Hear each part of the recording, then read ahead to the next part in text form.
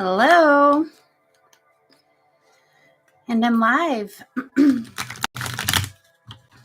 How is everyone today?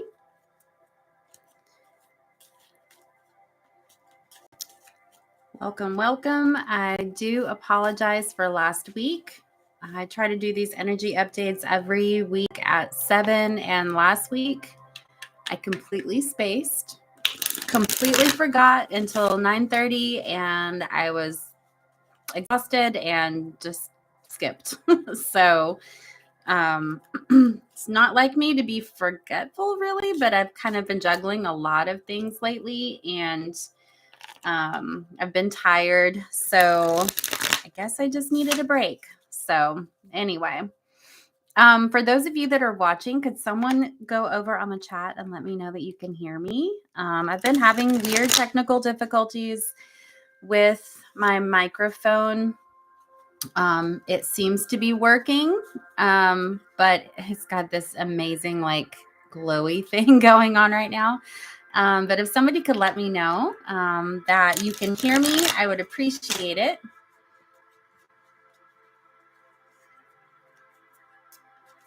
Just a little thing, just do a little thing in the chat and let me know. And if you can't hear me, you can also put that in the chat because I can see that. So I'm just shuffling tarot cards here. And okay, awesome. Thank you so much.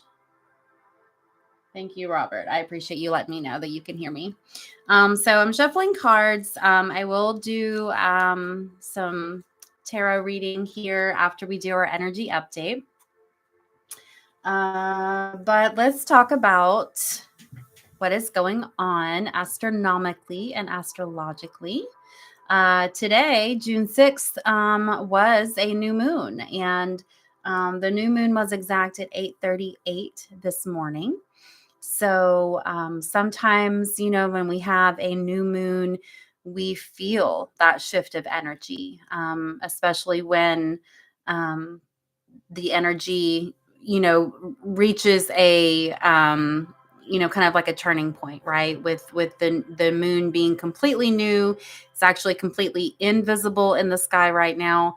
But if you felt any energy kind of like fizzling out or kind of building, and then the moon turns exact new, you might have shift if you were up this morning at that time. Now, a lot of times I feel that it is more like obvious with a full moon when the full moon peaks, right? Because there is more of an intensity of energy with the full moon.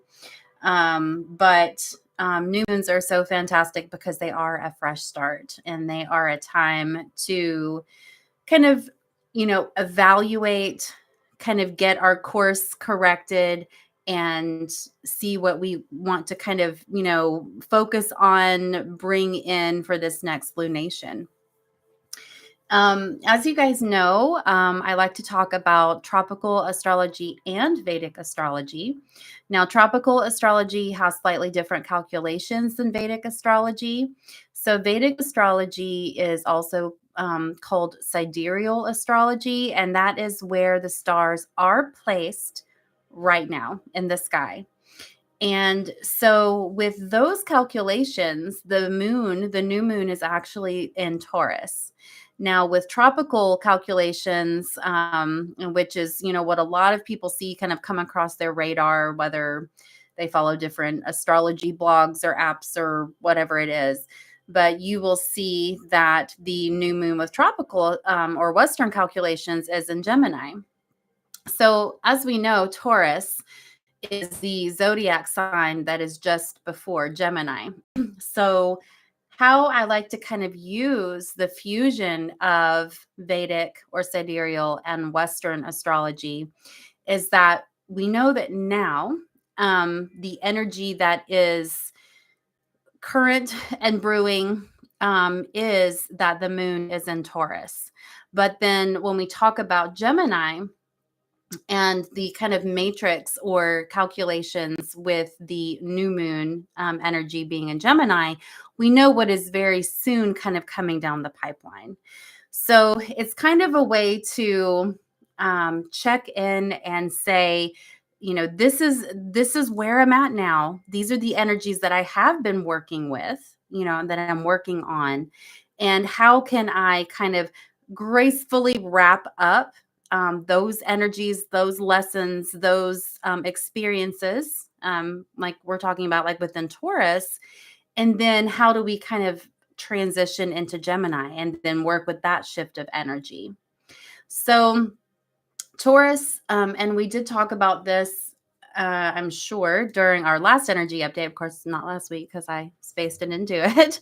But Taurus is ruled by Venus. And we do have a little bit of Venus stuff going on too. And we'll talk about that in just a moment.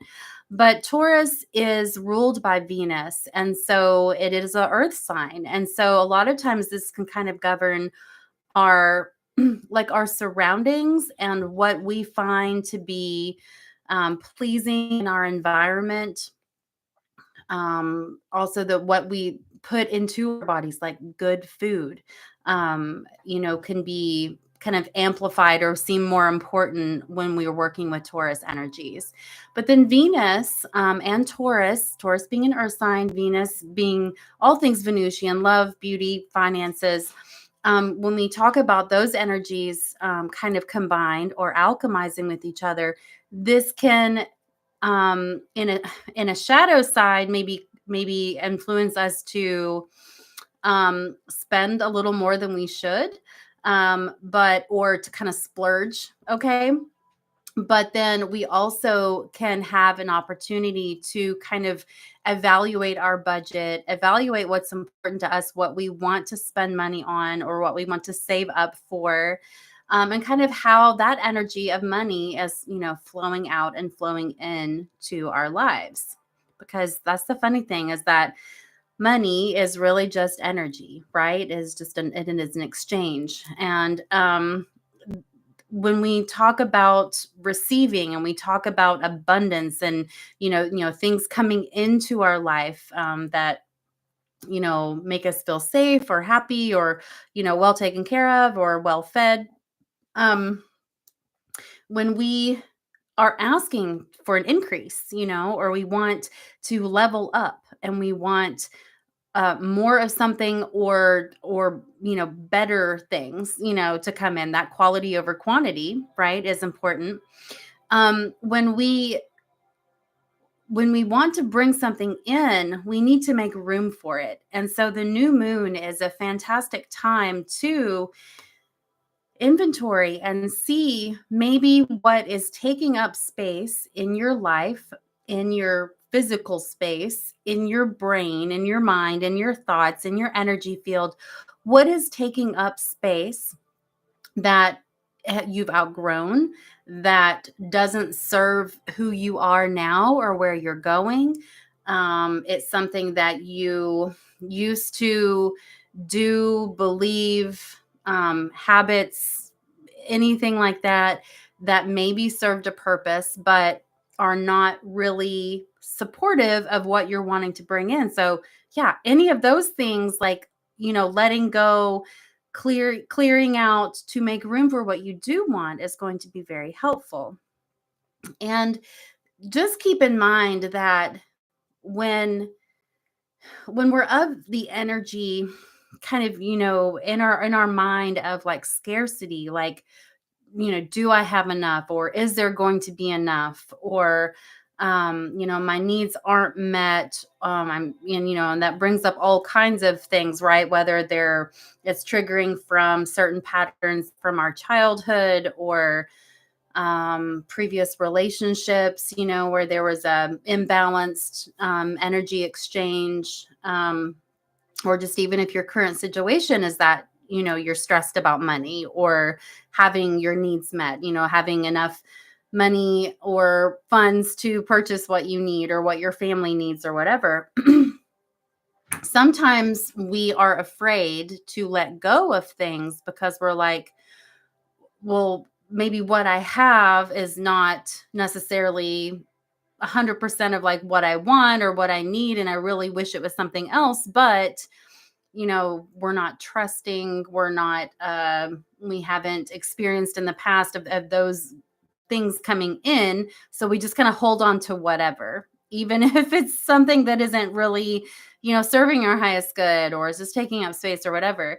So when we're kind of running like a scarcity program, or a mindset that is saying that, you're vibrating in the energy of fear because, what if you don't have enough?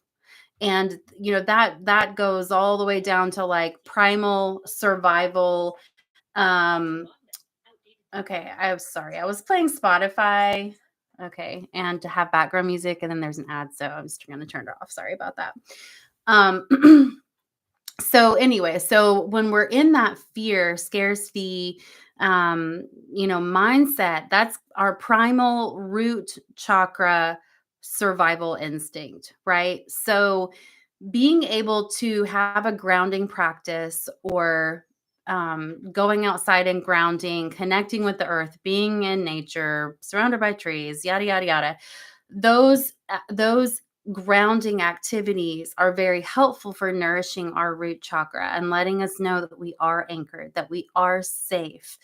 And it helps kind of revitalize us too, right? So we can kind of send down into the earth any energies that are not beneficial, and our stress, anxiety, anything like that. But then we can also pull up that kind of strong harmonizing resonance from the earth when we ground, and that will really help neutralize a scarcity program, mindset, and at least give you kind of a level playing field for being a little more discerning and realistic about maybe what you can let go of. And it could be like letting go of fears and anxieties and getting that out of your energy field and out of, all the thoughts that are swimming around in your head, and making room for what you want to bring in, right? It's not like you have to physically let go of things, but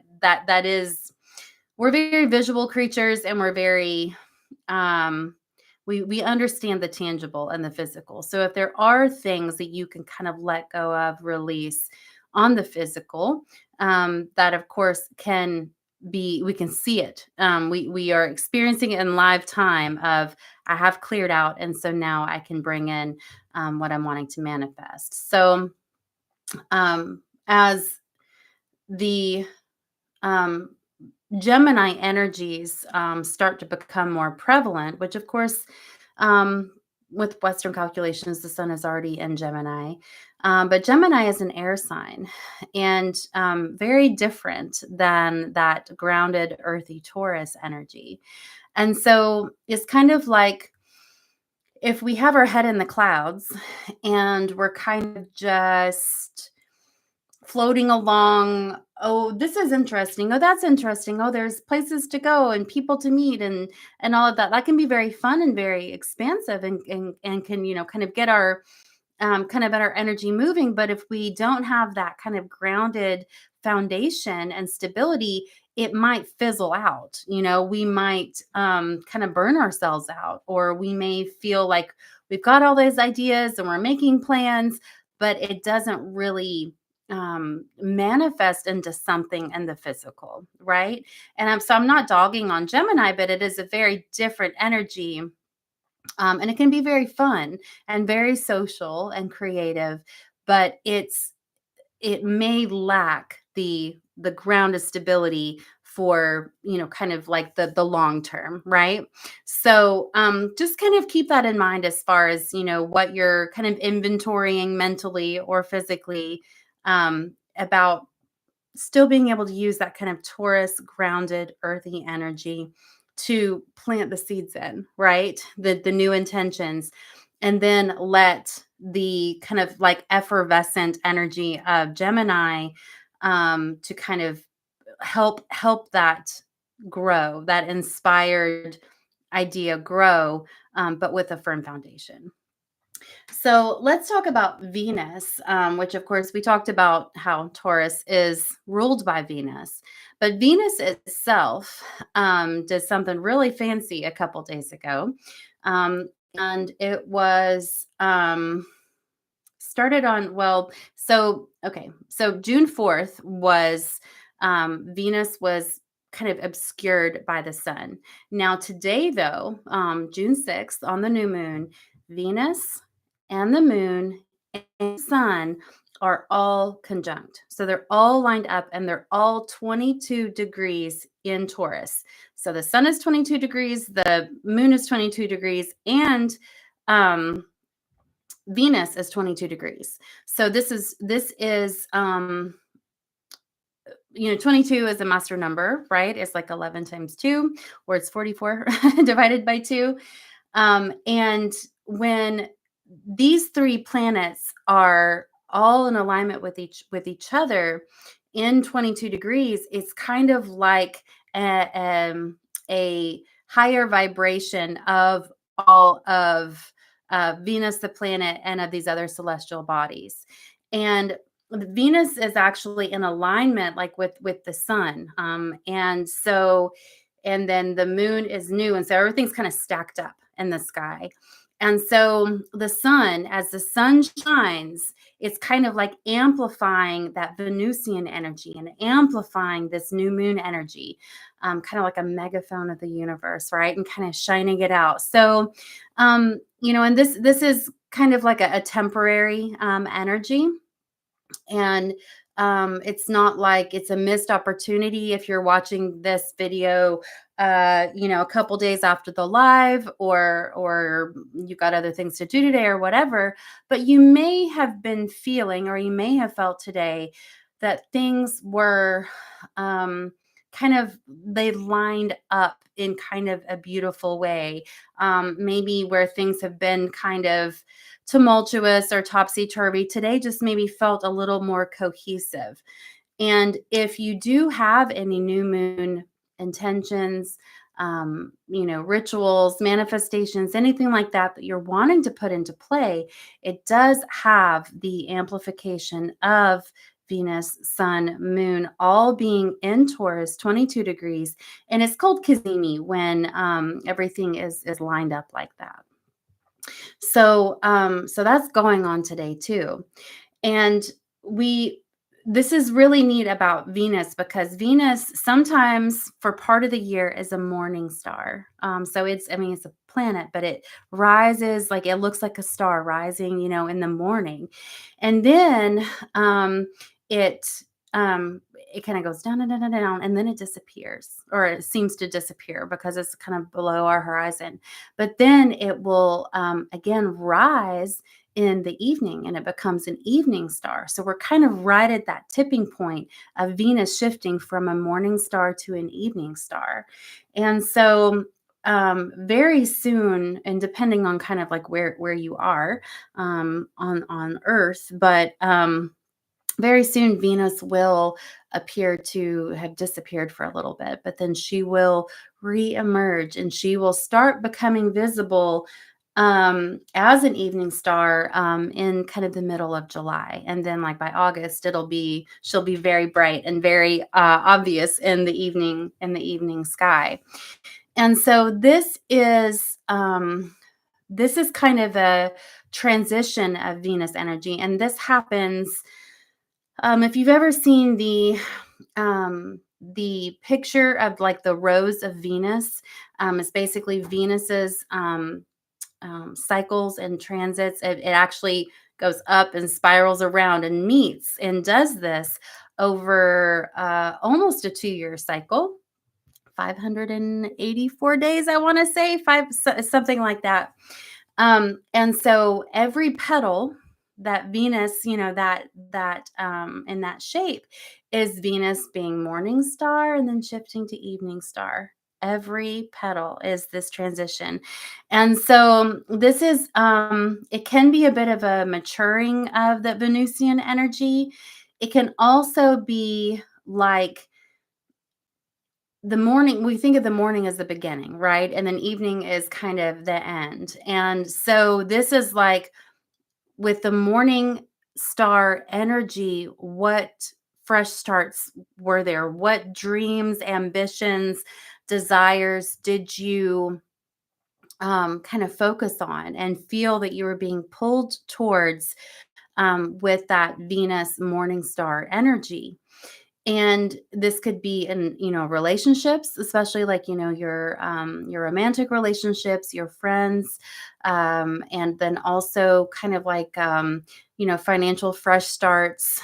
And then when we kind of get into this kind of more mature Venus evening star energy, then it's kind of like on the surface, it has kind of, risen up. And this is really realizing what is important about ourselves, our self-love, our idea of self, what we kind of, whereas we may look for that sense of completion, kind of manifested outside of ourselves as people or situations or mirrors that kind of help us feel whole. But then as we mature into the Venus evening star energy, it is kind of more about like, well, those were beautiful examples and those were unique perspective to kind of see, what duality looks like, but then we kind of let it mature into that unity and unity of self, right? So your focus on um, relationships could have been for the last couple months more about the external relationships. And then as we move into this Venus evening star energy, it's more of relationship with self, relationship with the divine, right? And but we are thankful for those external situations, relationships, interactions that kind of helped us experience partnership and union outside of us. We were one half, they were the other. And it doesn't mean necessarily that it's like Venus evening star energy is like that, it's not partnerships, like, with another person. It's not that, but it's just that you kind of start to shift your priorities and you shift your understanding of, if you don't love yourself, then you can't really love someone else, or, if someone, outside of you doesn't truly love themselves, then how can they really have a healthy, balanced relationship with you or anybody else? So anyway, so we're kind of just right in between shifting from morning star to evening star. So you might feel your priorities shifting as well when it comes to your relationships, what you find to be beautiful, what you find to be appealing, pleasing, and that's okay because it'll circle back around again, right? But it's just kind of as we kind of just swim around in these energies. This is kind of the other side of the coin that we're being offered at this time. Okay. So we will talk about this more next week, diving into more of the energies. But just as a heads up, so you can plan, the summer equinox is on June 20th. Okay, so that's coming up in just a couple of weeks. And it will be exact at 4:50 p.m. And so that's pretty much where it will signify having equal light and equal night over the equinox. And then we have the full moon on the 21st of June, and it's a strawberry moon, is kind of the Farmer's Almanac name for the June full moon. And it will be exact at 9:08 p.m. on Friday, June 21st. So it's, of course, very lovely that we have um, summer. I'm sorry, solstice. I said equinox. I totally just like, what? I was like, wait a minute. That we will have summer solstice energy. And then right after that, we will have the full moon energy.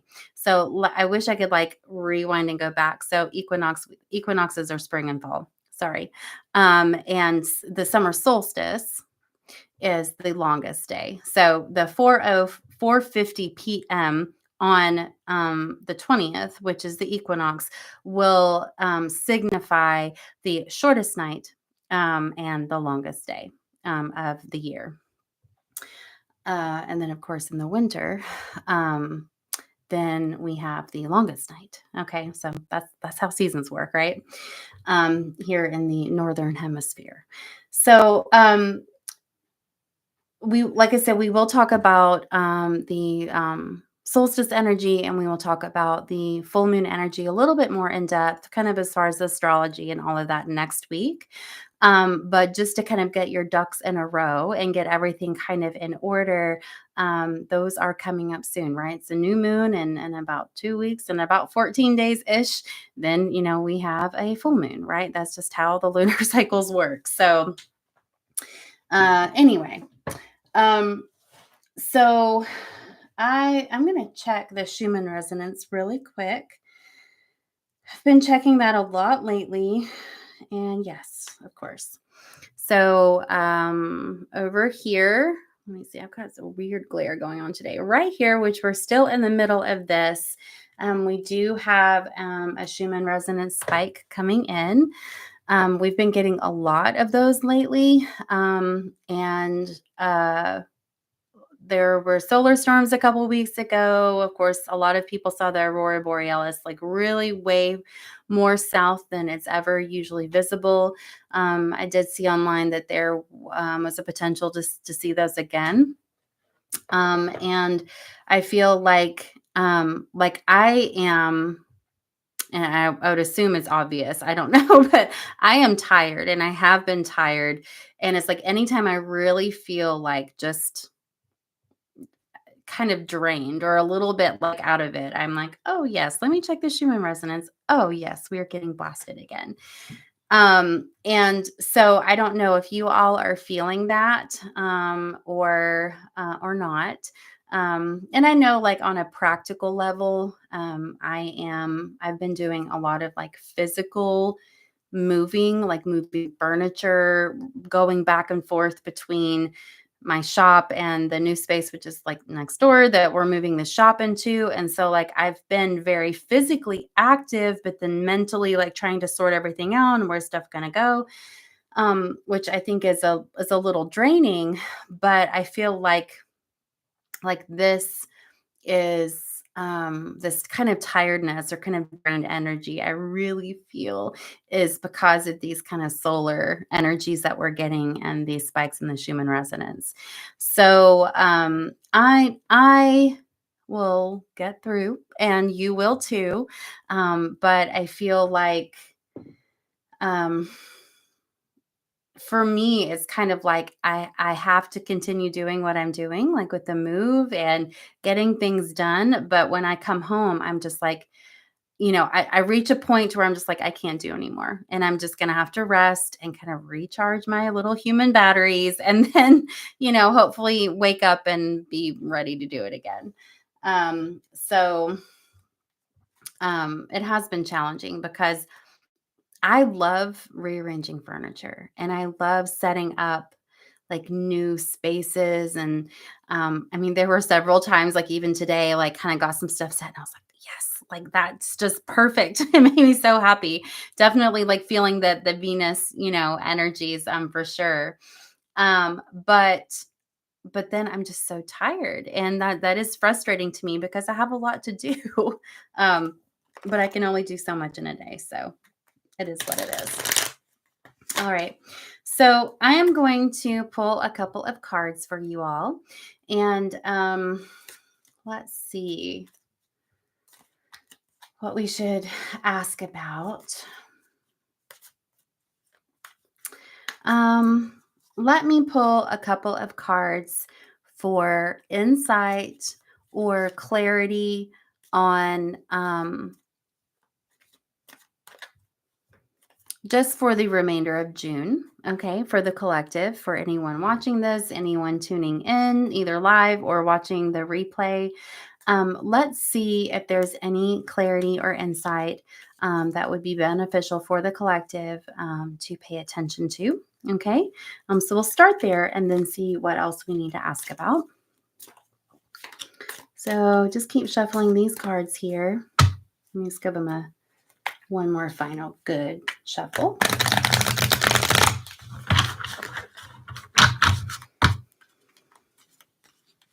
All right. So we have Queen of Wands. I always love the black kitty there. Saw this when I was shuffling of the Devil card. And then we have the High Priestess. All right. One more. And Temperance. Okay. So 3 major arcana cards, and then we're starting off with the Queen of Wands. This to me feels more like this is like high summer. This is like July, August energy. Okay. You see the sunflowers, the red lions behind her on the throne, the black cat. This is definitely kind of, and there's also lions on the side of her throne. This is a lot of like Leo energy. And definitely, that the heat of the summer energy, very, even though it's a queen card, is a very like projective kind of strong action based energy. And so I feel like this is saying that to be able to kind of sit in the enjoyment of and the appreciation of all of this really strong fiery energy, that we're going to look at these things which I feel are a little more in the immediate. Okay, so this is saying this is kind of like where we're going. Okay, and I feel I get a like late July, early August feeling about this card. Okay, and what we're kind of being called to do at this time, which the Devil card was the first card that came out, is to look at what stands out to me today with this reading is to look at the people at the bottom. Okay. And these are the same people that we see on the Lovers card, but in this card, they are bound, they are chained together. Right. And it's kind of like not in a good way.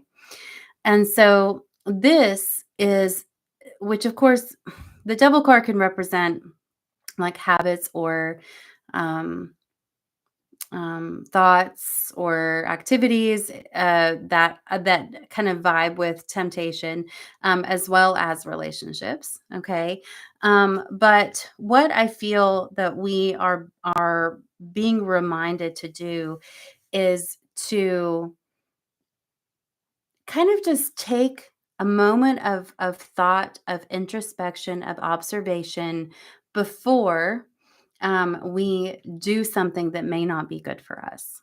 Okay. And this could be spending money on something that we really should be maybe saving our money or buying something else. It could be having too much to drink or, imbibing in something and then kind of your inhibitions going down.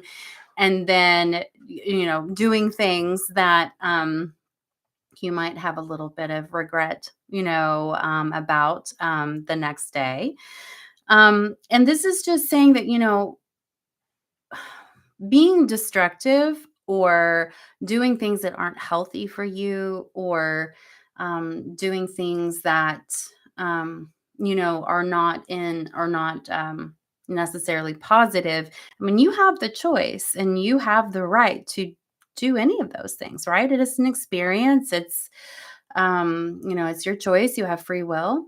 But I feel like it's that there is this kind of maturing energy that is being embodied, that it's like there was a point in your life where you almost didn't know better. You were still figuring stuff out, or whatever, but you have more discernment now and you kind of know when you do something and you don't feel great afterwards. I mean, it could even be like if you're, I don't know, cutting out dairy or grain or something, and then you're like, oh, I just was craving it so bad and I just ate some pizza and now I feel awful. It could be something like that, right?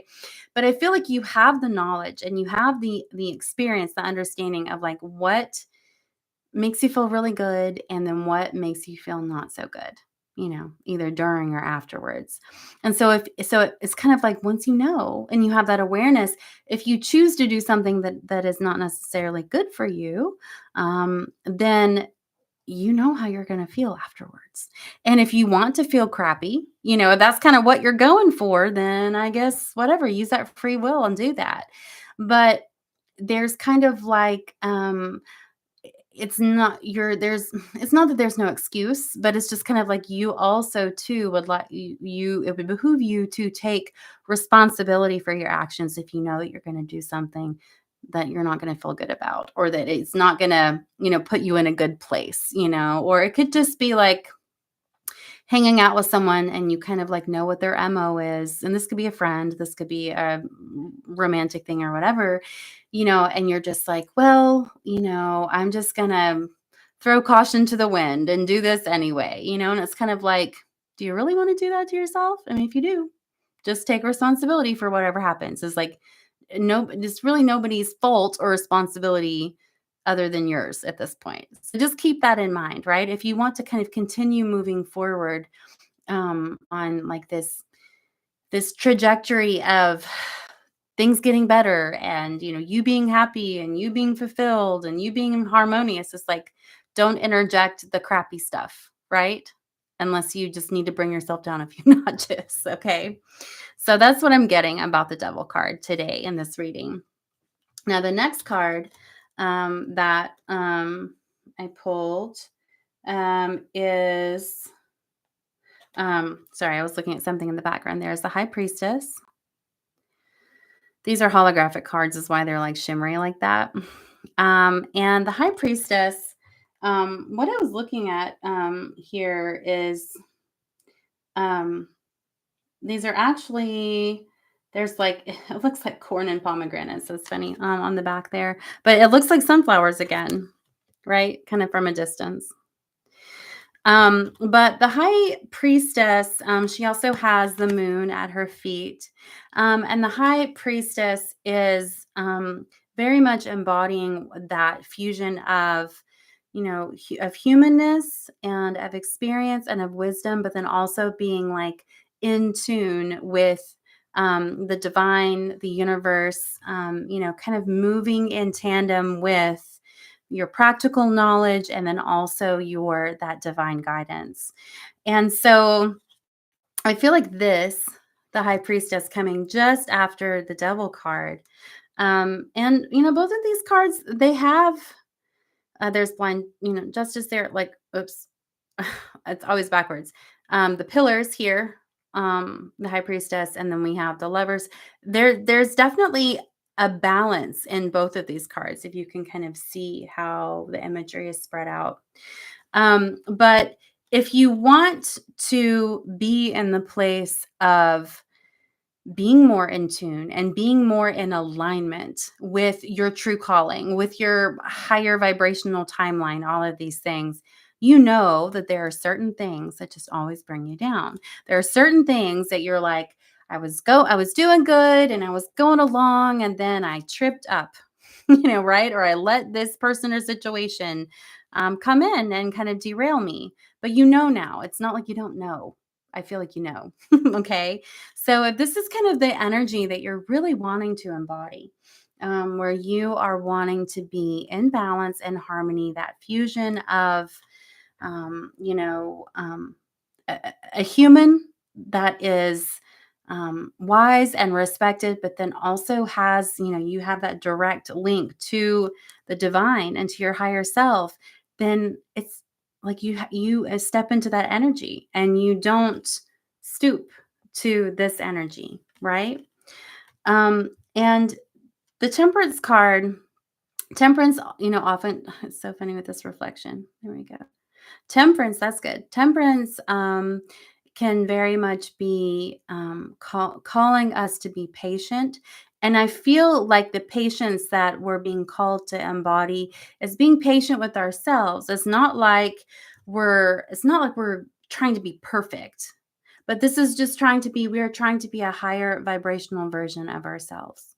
And this is, there are always going to be um, a couple of things that don't line up completely, that we kind of trip up, or we fall back into like an old pattern or a way of thinking or whatever. But the advantage that we have now is that we really truly do understand that it's our choice, and so if it's kind of it's that whole uh fool me once, shame on you, fool me, I don't know how many times you do it, but anyway, eventually it's like shame on me because I know that you're gonna fool me. So if I just go along with it anyway, it's kind of like, it was my choice to do that, really, right? To kind of, still play along in that dynamic. So it's not like you still won't have temptations, or you won't fall off the wagon or whatever, but you have more knowledge and understanding of like how to get back up, dust yourself off, and to keep going and getting back on the path. So I feel like the Temperance card is just saying like, you don't have to be perfect, be patient with yourself, be kind to yourself, but what you are working towards is that higher vibrational timeline, and you can do it. And it's just kind of also like keep going and keep flowing, and know that you choosing to let go of these certain lower vibrational things, like you chose that, and you know why you chose those, to let go of those things. And it's almost like unavoidable to um to lose altitude. You might kind of dip a little bit, but you're just going to keep going, and that's the path that you're on. So be patient with yourself, but know that if you did make a little bit of a detour or a mistake, or kind of temporarily fell into an old behavior or something, that your awareness and acknowledgement of your responsibility in that is very important. And then you just say, okay, well, I'm going to get back to it, get back on the path. Right. So, so that is what I asked we needed to know for the rest of the month. And then, of course, like I said, I felt like with these cards, this was more July, August energy. So, anyway, thanks for that, tarot cards. Let's see if there's anything else that we need to know. I'm going to specifically ask about. I'm going to specifically ask about abundance for the collective. Okay. And I'm going to ask for advice and insight on two things. First, and I'm going to pull one card, and I'm just going to turn it down when I ask that question, and I'm going to lay another one down and ask another question. So the first question is, in regards to abundance, what blocks or things do we need to release in order to clear a pathway for abundance? Okay, so let's take that card. I'm going to put it down here, and I'll turn it over in a moment. And then the second kind of the second part of that question is, once we've removed that block, okay, then what are either actions or attitudes that we can embody to help the flow of abundance come in? Okay, and so I'm going to pull another card off the top, lay it down. Okay, and so the first card, and this was a block, okay, mental or otherwise, Knight of Cups. And then what energy do we need to embody? It was the Five of Wands. Oops, but it was reversed. Okay. So to me, this is saying that the biggest block, abundance block, is waiting on someone or something outside of us to bring us happiness. I feel like that is the biggest block. And this could be like some of us may be waiting on someone to save us. Some of us may say, I can't do this on my own. It's going to have to come from, someplace outside of me. It's going to take a miracle. Or the energy could be um, like not believing that you deserve abundance, not believing that you are deserving of, having your needs met, or aiming big, like it's a fear of disappointment. Okay. So when we can release any mental blocks, even of course the thoughts that we have in our head, but then also like pay attention to what you're saying. Our words have power. So if you're always saying, oh well, I'm just broke, or I can barely make ends meet, or everything's fine now, but I'm just waiting on the other shoe to drop, something like that. Or I'm never gonna be happy. Or I mean, there's all kinds of things, right, that you could say. That even if you're like, yeah, but I don't really believe that, I'm just saying that, I'm just kind of blowing off some steam. Well, that may be all well and good, but those words have a vibration and you're putting those out. You're speaking it into the universe, right? So maybe like pay a little more attention to what you're thinking and to what you're saying.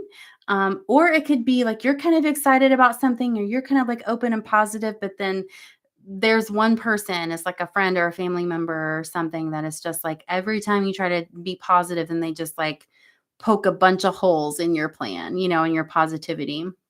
So kind of pay attention to those things around you and within you and what you're saying, and see if you kind of need to get a little distance from someone who isn't being supportive, who is kind of like being negative. If you need to kind of rewrite how you say something. So instead of saying like, um, I don't know, like, I'm broke. Okay. You could just say, uh, I'm grateful. I'm grateful for what I have. That's better than saying you're broke. Okay. And then maybe you can say something else, kind of take it up a notch and say that, you're excited about, what's coming to you, what's coming down the pipeline to you. You're excited about, you know, these, you're excited about the intentions that you've set and how they're going to manifest. And so even if you're like, yeah, but no, I don't believe that, or that's not my default saying or mantra or whatever, well, rewrite it so that you start speaking that into your reality and see how things change. Okay. And so the second card was, um, oops, the energy that we can embody to, help the abundance flow in. Okay. And this is being reversed, and everybody's play fighting with sticks. Okay, right? They're also kind of wasting their time. And this is saying, let's not do that. Okay. So I feel like this is more so talking about not necessarily people. It could be people around you, coworkers, family, friends, whatever, social circle. It could be that. But I really feel like it is more like the busyness of your life, and kind of like what things are you doing that either make you feel frustrated or stressed, or it takes up a lot of time, but there's really not a lot of reward with that time spent. And it's like, stop fighting yourself, stop getting in your own way. Okay. And so it would be, I guess, the kind of the positive way to spin that would be to say, prioritize your thoughts, your interactions with people, and how you spend your time, your energy, all of that. Focus it more on yourself in a unified manner, to where you're not spread so thin. And it's like you're going to kind of concentrate your essence to where you are more efficient, but you are more effective as you are working towards your goals. There are certain things in your life that are just time wasters and that are like energy zappers. And it's saying, don't do that to yourself. Don't sabotage yourself anymore. Just kind of hone in and focus on what what you're looking to manifest, what you are aligning with, that abundance, that prosperity, and just kind of like sever ties to things or situations that kind of are like that slow bleed out, because that's just it's going to make it a lot harder for you to have the energy to keep working towards your goals or to keep staying positive, and kind of aligning with the things that are coming down the pipeline for you. So let us pull one more card. Anything else that we need to know about aligning with abundance, removing blocks to abundance, or helpful insight on maybe something that we just aren't aware of, or that we're not, kind of not on our radar to kind of look out for. Okay. So let's see what else. One more card. And this is Six of Cups. Okay. I feel like this card is telling us to stop and smell the roses. I feel like gratitude is a very important. If this was a dish of abundance that you were cooking, that gratitude would be a very important foundational ingredient. And it is not being of the energy of saying, well, I'll just settle. I guess I'll just have to be grateful for what, I have, but it's not what I want, right? I mean, so it's not like having that kind of like, oh well energy, but it is